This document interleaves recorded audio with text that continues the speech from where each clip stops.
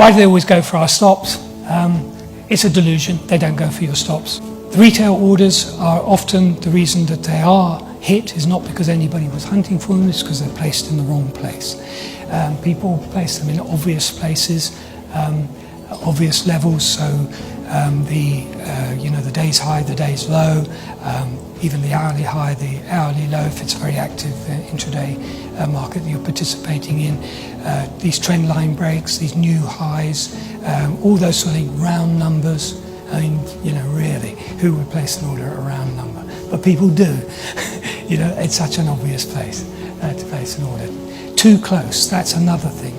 People, particularly retail investors, place their orders their stop losses, their protection too close, so they get hit. Now you can calculate where is too close, okay? And maybe the answer is too far away, and that means you can't afford to do the trade.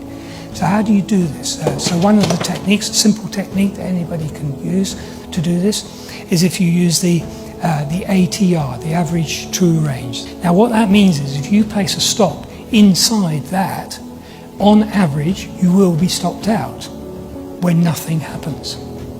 Now a lot of people would do that. So the market is going up and down with nothing happening. You've worked out what nothing happening looks like, it's the ATR there. And so you must place your protection outside the ATR. You do want to be stopped out if the market moves unusually against you. So you have to define what is unusual. And to know that, you have to know what's usual. So unusual is a multiple of usual. So if we say the ATR is 12 pips or something like that, then you say if I place an order within 12 pips of here, with nothing happening, just in normal behaviour, I will be stopped out. That's quite normal. So I want to not be stopped out because of just normal trading. I want the market to move against me by a meaningful amount. Then you have a factor, and it might be 2, for example. You say if the market moves 2 ATRs against me, I want to be stopped out because the market has moved unusually, and unusual is defined as twice usual in the wrong direction.